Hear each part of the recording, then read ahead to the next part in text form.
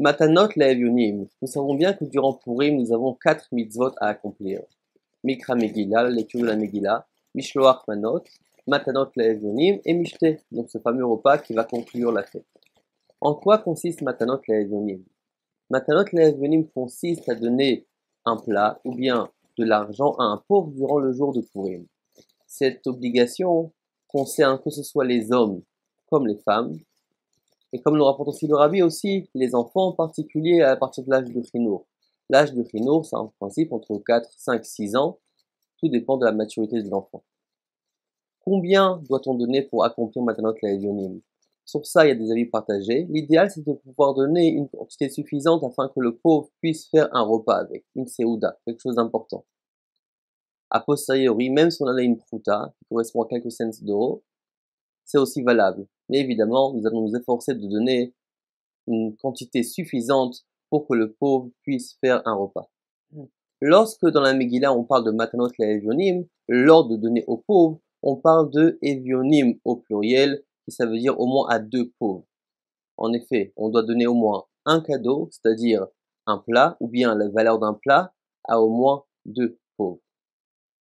Contrairement au Mishloach Manot que nous devons donner d'un homme à un homme par l'intermédiaire, ou bien d'une femme à une femme, lorsque nous parlons de Matanot Le'evionim, on peut donner aussi un homme pour une femme ou bien le contraire. Lorsqu'on fait Matanot Le'evionim, on doit faire attention de ne pas donner du maaser. En effet, on ne peut pas utiliser l'argent du maaser pour donner aux pauvres.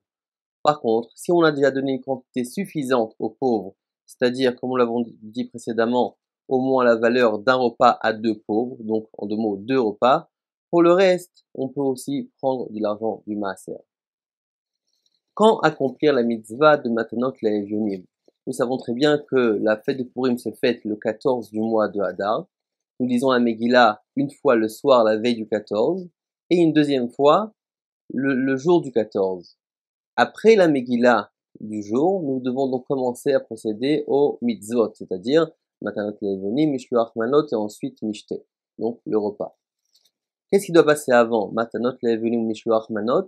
Certains décisionnaires pensent qu'étant donné le passouk nous dit Mishloach Manot ou Matanot Le'evionim, nous devons d'abord donner Mishloach Manot et ensuite Matanot Le'evionim. D'autres pensent que non, on doit commencer la journée avec Matanot Le'evionim, étant donné que c'est une mitzvah qui est très importante. En effet, si on avait le choix de donner plus de Mishloach Manot ou plus de Matanot Le'evionim, on doit opter pour l'option numéro 2, c'est-à-dire de donner plus de Matanot Le'evionim. Et comme nous dit le Rambam, qu'il n'y a pas de simcha comme réjouir un pauvre, un orphelin, une veuve. Et c'est pour ça qu'en réalité, la mitzvah de Matanot Le'evionim qui consiste à donner finalement la tzedaka aux plus démunis passe avant donc les autres mitzvot. Ça ne veut pas dire que on doit donner à la place de Mishloach Manot, évidemment que non, on doit accomplir les 4 mitzvot.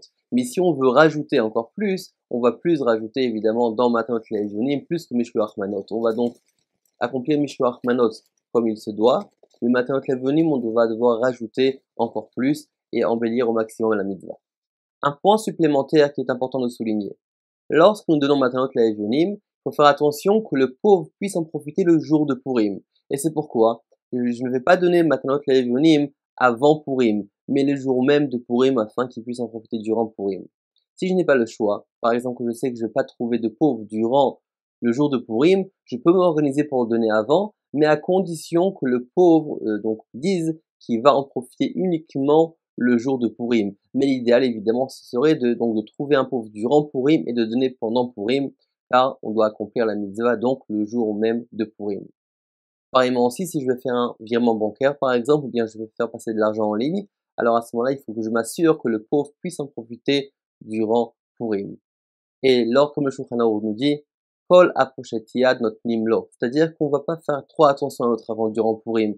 Chaque personne qui tend son bras pour pouvoir recevoir la tzedaka, nous allons lui donner durant Purim. Et on souhaite aussi à tout le peuple juif qu'on puisse aussi tendre notre main vers Akadosh Baruch Hu et que Akadosh Baruch Hu gâte tout le peuple juif de tous les bienfaits matériellement et spirituellement. Purim Sameach à tous.